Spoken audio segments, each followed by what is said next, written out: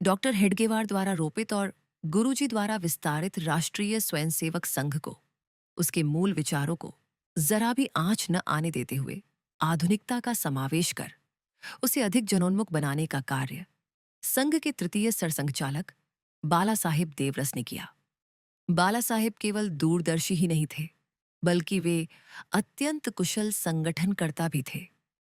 यहां तक कि विरोधी मतों के नेताओं को भी अपने साथ लेकर चलने का कौशल उनके पास था। इसलिए संगठन कितना महत्वपूर्ण है, इस पर विचार व्यक्त करते हुए बाला साहेब कहते हैं कि किसी भी संगठन को एक व्यक्ति कभी भी अलग दिशा नहीं दे सकता। वह एक सामूहिक प्रयास होता है। यदि कोई व्यक्ति ऐसा परिवर्तन करने का आग्रह करने लगे तो तानाशाही उत्पन्न हो जाएगी। संघ को यह अभिप्रेत नहीं है। बाला साहेब सरसंघ चालक थे, जबकि जयप्रकाश नारायण पक्के समाजवादी विचारधारा के थे।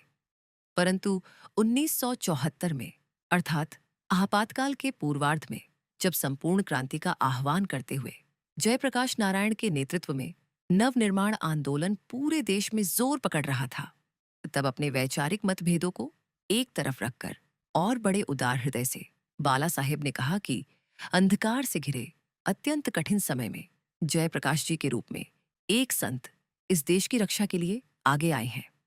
अत्यंत भिन्न विचारधारा रखने वाले बाला साहेब द्वारा जयप्रकाश जी का दोनों हाथ फैलाकर स्वागत करना और उन्हें संत की उपाधि देना उनके विशाल हृदय का प्रतीक था। बाला साहेब की इस पहल से उन्होंने जयप्रकाश नारायण का मन जीत लिया। इसके बाद एक सभा में जयप्रकाश नारायण ने खुले रूप से कहा कि यदि जनसंघ जातिवादी है तो मैं भी जातिवादी हूं। वे यहीं नहीं रुके, बल्कि आगे कहा कि राष्ट्रीय स्वयंसेवक संघ एक क्रांतिकारी संगठन है। उसके आसपास भी पहुंच सके ऐसी कोई भी संगठन इस देश में नहीं है। विरोधियों को भी अपने पक्ष में लाने की बाला साहेब की यह अद्भुत शैली बाद में जनता पार्टी की स्थापना के समय काम आई। अन्य सभी सरसंघ चालकों की तरह बाला साहेब भी अपने सहकर्मियों को अत्यंत मान सम्मान देते थे तथा काम करने की स्वतंत्रता भी प्रदान करते थे। आपातकाल के दौरान जब बाला साहेब येरवड़ा के कारागार में थे, तब एक दल के नेता ने उनसे पूछा कि आप तो यहाँ जेल में हैं, फिर भी बाहर संघ का कार्य इतनी व्यवस्थित रूप से कैसे चल रहा है? उस समय बाला साहेब द्वारा दिया गया उत्तर अत्यंत मार्मिक था और संघ की वास्तविक संगठन शक्ति पर प्रकाश डालने वाला भी था। बाला साहेब ने कहा कि उन्होंने तो केवल एक सरसंघचालक को गिरफ्तार किया है, बाहर तो 4 सरसंघचालक कार्य कर रहे हैं।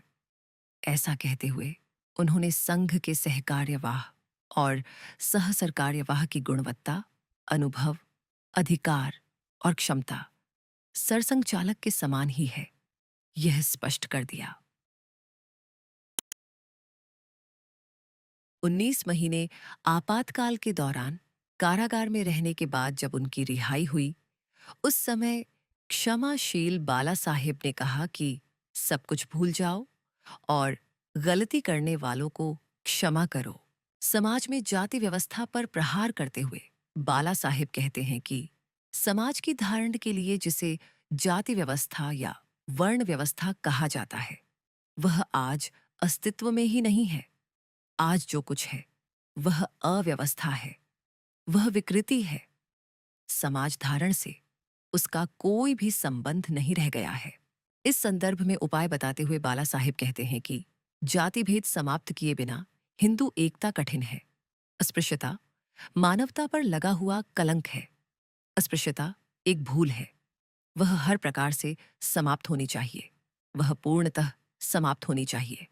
वर्ण व्यवस्था, जाति व्यवस्था के कारण हमें जो सामाजिक विषमता का अनुभव होता है वह दुखद है। यह विषमता समाप्त होनी चाहिए, ऐसा भाव हम सभी के मन में होना चाहिए।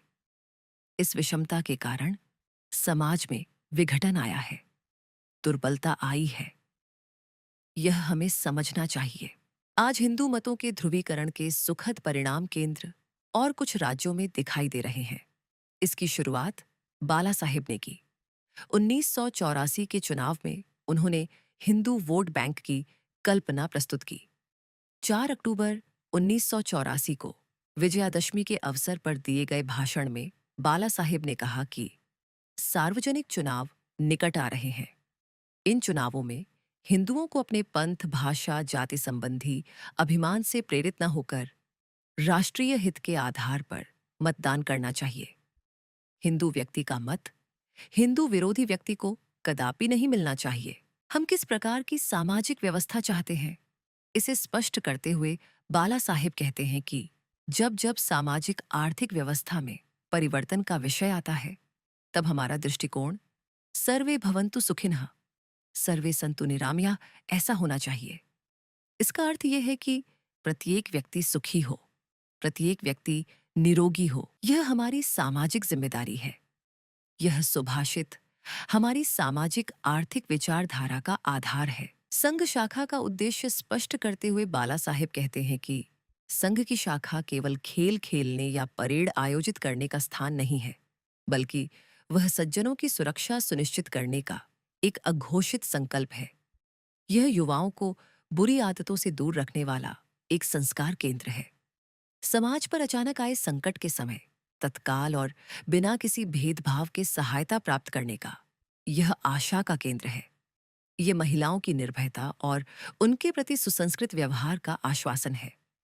यह राष्ट्र विरोधी शक्तियों को अपने नियंत्रण में रखने वाली शक्ति है। और सबसे महत्वपूर्ण बात यह है कि यह एक ऐसा विश्वविद्यालय है जो समाज के विभिन्न क्षेत्रों में संस्कारवान और सुसंस्कृत नागरिक उपलब्ध कराने के लिए सामान्य नागरिकों को प्रशिक्षण देता है। हेल्प योर सेल्फ अर्थात हमें स्वयं अपनी सहायता करने की आवश्यकता है।